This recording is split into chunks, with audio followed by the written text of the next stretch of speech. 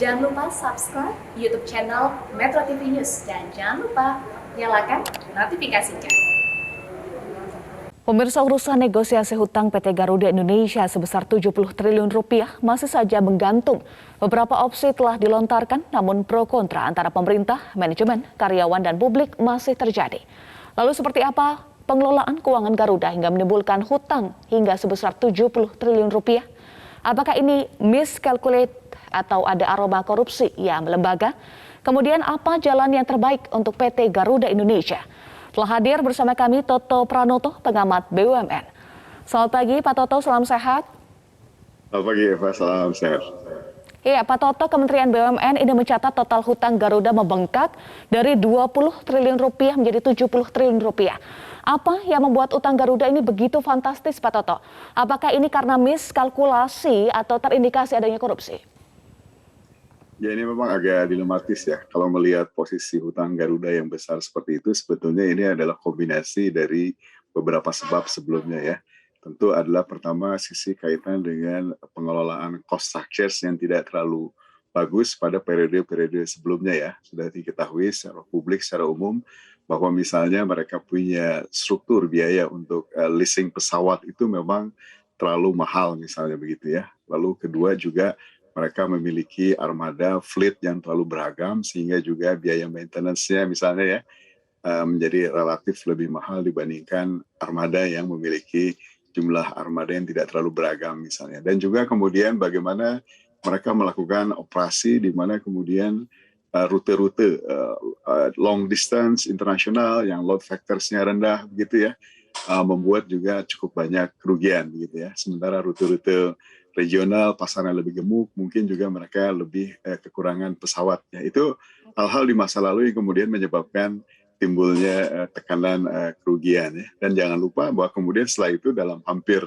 2 tahun terakhir kita memasuki era COVID, di mana saya kira hampir semua maskapai di global ini juga mengalami tekanan yang cukup tajam begitu ya, sehingga ini saya kira menambah jumlah kerugian yang diderita oleh Garuda. Baik, kalau kita lihat Pak Toto, pendapatan Garuda 50 juta dolar Amerika Serikat, kemudian biaya operasional 150 juta dolar Amerika Serikat per bulan. Artinya ini rugi 100 juta dolar Amerika Serikat per bulan. Apakah ini semata karena salah pengelolaan dan operasional atau apa hal lainnya menjadi celah hingga ini besar pasak daripada tiang Pak Toto? Ya, itu kan situasi terakhir yang terjadi pada saat kemudian kita masuk era COVID di mana load factors penerbangan relatif sangat rendah begitu ya. Sehingga pada saat Garuda kemudian tetap terbang, maka kemudian ongkos operasional yang mereka harus keluarkan relatif tetap tinggi karena fixed cost-nya besar begitu, tapi jumlah pendapatannya merosot sangat tajam begitu. Sehingga semakin banyak dia terbang, maka kemudian defisitnya juga akan semakin besar. Nah, jadi saya kira utamanya kalau kemudian tidak ada perbaikan dari sisi demand, load factors tetap tidak bisa dinaikkan, memang kondisi ini akan berlanjut. Tapi kemudian kalau kita sudah melihat situasi yang mulai agak membaik ya di kuartal terakhir ini, di mana saya lihat PPKM sudah mulai diturunkan dan kemudian juga demand pesawat terhadap rute-rute tertentu juga mulai tinggi ya. Apalagi juga kita dengar misalnya untuk proses haji atau umroh juga sudah akan mulai dibuka, maka harapannya captive market Garuda ya ke depan ini mungkin mulai akan bisa tumbuh kembali sehingga harapannya nanti bisa kembali back to normal ya. Mudah-mudahan seperti itu. Oke, pelonggaran PPKM apakah otomatis memperbaiki revenue dari Garuda? Ya, saya kira sangat signifikan akan meningkatkan load factors ya. Karena saya lihat rute-rute gemuk misalnya ya, domestik saja misalnya. Jakarta, Bali, Jakarta, Surabaya, dan beberapa kota besar lainnya sudah mulai meningkat cukup tajam begitu ya. Nah, jadi mudah-mudahan kalau iklimnya dipelihara, kemudian juga airlines tetap bisa beroperasi ya dengan suatu regulasi yang katakanlah relatif bisa dikontrol begitu, maka harapannya tentu jumlah penumpang, load factors pesawat juga akan terus meningkat. Oke, kita kembali lagi soal masalah hutang Pak Toto. Manajemen Garuda Indonesia dan Kementerian BUMN selaku pemegang saham mayoritas terus mengupayakan renegosiasi dengan sejumlah kreditur hingga perusahaan penyewa pesawat atau lessor. Nah, cukupkah langkah ini Pak Toto? Ya, saya kira memang ini langkah yang memang harus diupayakan ya dalam konteks restrukturisasi supaya Garuda sendiri memiliki ruang yang cukup ya mereka untuk istilahnya tarik nafas lah ya, mengelola keuangan dengan lebih baik. Jadi saya kira upaya-upaya bagaimana renegosiasi dengan para kreditur ya, terutama para lessor pesawat yang memang memegang cost structures yang lumayan paling tinggi dalam konteks struktur biaya Garuda, ini memang harus dilakukan. Kemudian juga bagaimana mengupayakan supaya renegosiasi ya dengan para kreditur-kreditur lainnya yang sekarang sedang berlangsung ya, itu juga bisa kemudian mendapatkan situasi yang win-win bagi kedua belah pihak begitu ya. Tentu ini bukan hal yang mudah begitu ya, tapi kalau bisa punya hasil result yang bagus, saya kira juga akan bagus bagi kedua belah pihak. Oke, Pak Toto, kalau di informasi sebelumnya ada setidaknya 4 opsi ya yang muncul. Misalnya pertama pinjaman, kemudian restrukturisasi, mengganti dengan pelita dan juga likuidasi. Mana yang paling terbuka, mana yang paling menguntungkan dari 4 opsi ini? Ya, saya kira tentu kita lihat bahwa Garuda tentu juga memiliki satu ya nilai historis yang cukup tinggi sebagai BUMN yang memang sudah malang melintang di sana. Kedua juga tentu kita harus perhatikan apakah kira-kira prospek hidup ke depannya itu masih terbuka apa tidak begitu ya. Jadi sekarang saya kira dengan langkah-langkah upaya restrukturisasi yang sedang dikerjakan, kemudian juga renegosiasi dengan seluruh kreditur dan lessor pesawatnya, itu kita tunggu saja hasilnya nanti seperti apa. Dalam beberapa kesempatan memang kelihatan Garuda kemudian dalam beberapa sidang misalnya ya, terkait dengan soal PKPU dan lain-lain ya sedang berlangsung, ada kemudian bisa memenangkan perkara atau kemudian bisa mendapatkan sementara ya tarik nafas karena kemudian mereka bisa apa istilahnya bukan memenangkan tapi dalam arti bahwa diberikan kesempatan untuk terus jalan dalam konteks restructure begitu, sehingga nanti harapannya kalau itu bisa jalan ya mungkin dengan situasi perbaikan, situasi market saat ini mungkin Garuda masih bisa tarik nafas untuk sisi pengelolaan keuangan ya. Nah tapi tentu kemudian kita harus lihat apakah situasi ini akan terus membaik seperti situasi sekarang atau nanti misalnya ada situasi emergensi lagi yang kemudian juga bisa memukul prospek yang sudah kembali cerah saat ini misalnya ya. Jadi hal-hal itu saya kira menjadi pertimbangan pemerintah apakah akan terus ya mengoperasikan Garuda atau dia mengambil opsi lainnya misalnya.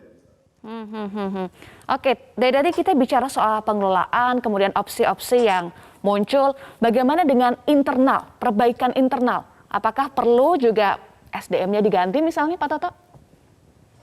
Ya kalau perbaikan internal kan mereka sudah kerjakan ya. Dalam rangka utamanya adalah meningkatkan efisiensi ya.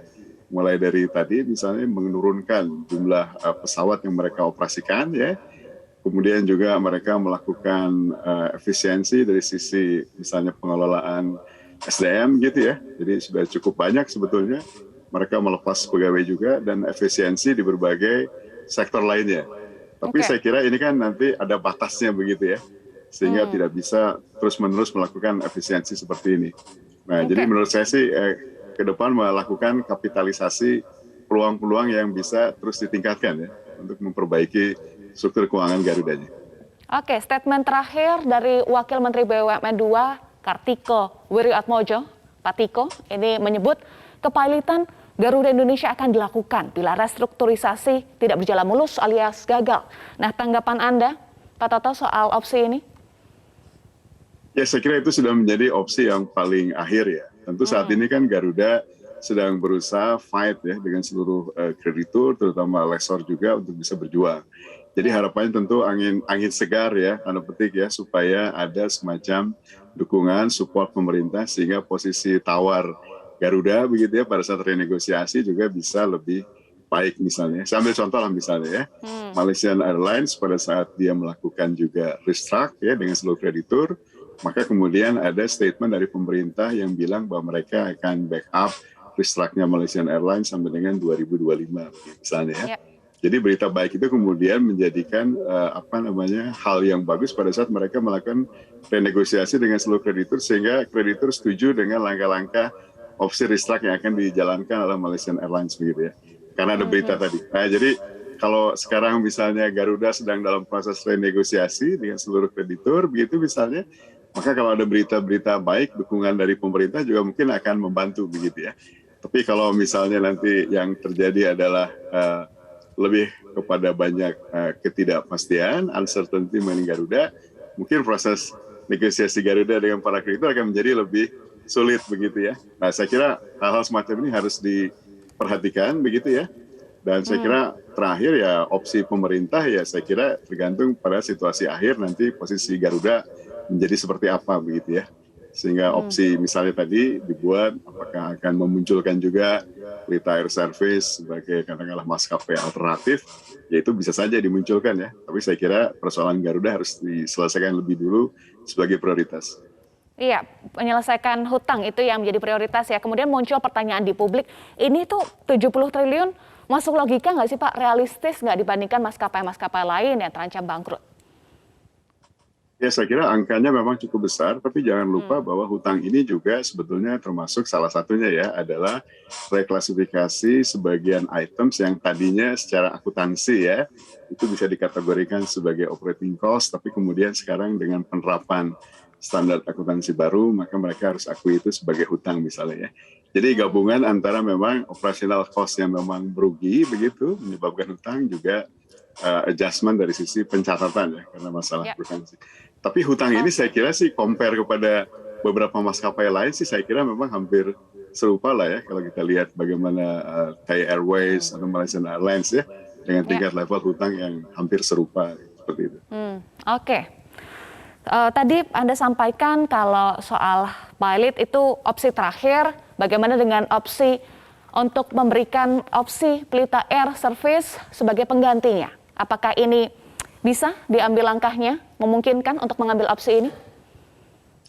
Ya, Pelita Air Service itu kan kita kenal sebetulnya sebagai charter airlines begitu ya, jadi bukan penerbangan berjadwal reguler ya. Tentu nanti perlu ada penyesuaian yang harus dilakukan ya, dan saya kira tidak akan cukup cepat dan cukup mudah juga untuk bisa membuat charter airlines bisa menjadi regular airlines ya. Tentu banyak persyaratan-persyaratan regulasi yang mereka harus penuhi ya. Dan kedua juga mungkin secara brand begitu ya, kita kan sudah kenal Garuda sebagai suatu brand yang sudah cukup lama sebagai flag carrier yang sudah dikenal di banyak dunia internasional, dan juga berbagai macam hal terkait dengan sisi operasional yang memang kadang-kadang juga Garuda kan juga masuk dalam jaringan internasional, Skytrax dan lain-lain ya. Yang mungkin nanti Pelita Air bagaimana itu segera bisa melakukan transformasi apabila misalnya ditunjuk oleh pemerintah misalnya sebagai maskapai alternatif ya, kalau apabila penyelesaian Garuda bisa menjadi lebih sulit untuk diselesaikan. Memangnya berapa lama Pak untuk merubah status bisnis Pelita Air Service yang saat ini melayani penerbangan charter menjadi berniaga? Ya tentu kalau secara regulasi mereka tentu harus mengajukan usulan perubahannya, tentu misalnya kepada Direktorat Jenderal Perhubungan Udara misalnya supaya statusnya dari charter flight dia berubah menjadi katakanlah full service airlines begitu ya. Regulasinya tentu ini pertama yang harus dipenuhi ya. Tentu yang kedua ya dia harus mulai menyesuaikan aspek sisi operasinya kan secara lebih kuat ya.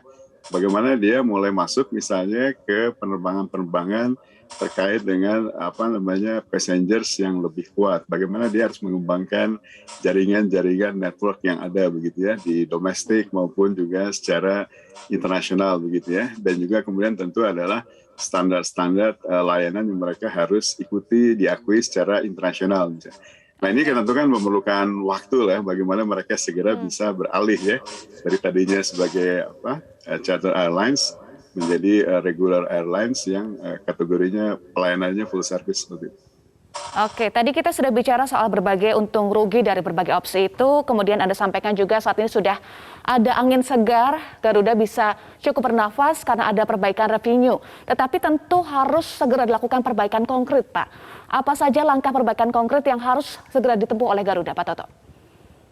Ya, saya kira langkah-langkah prioritas ya, segera pertama selesaikan proses renegosiasi ya dengan seluruh kreditur, terutama lessor, supaya tekanan keuangan mereka bisa segera mendapatkan relaksasi lah. Itu saya kira menjadi prioritas ya. Kedua tentu kepada fokus bisnis yang lebih kuat begitu ya.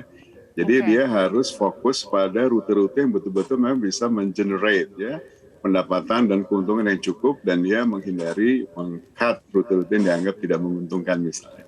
Dan ketiga, saya kira efisiensi terus-menerus yang harus dilaksanakan sehingga mereka memiliki struktur biaya yang paling efisien ya. Dan tentu keempat, saya kira terakhir ya, itu bagaimana dukungan pemerintah dalam situasi recovery ini bisa dilaksanakan sehingga kemudian Garuda ke depan bisa tetap terbang lah kira-kira begitu. Oke. Berbagai langkah konkret perbaikan harus dilakukan agar Garuda Indonesia bisa tetap terbang. Terima kasih pengamat BUMN Toto Pranoto sudah bergabung bersama kami di Metro Pagi Prime Time.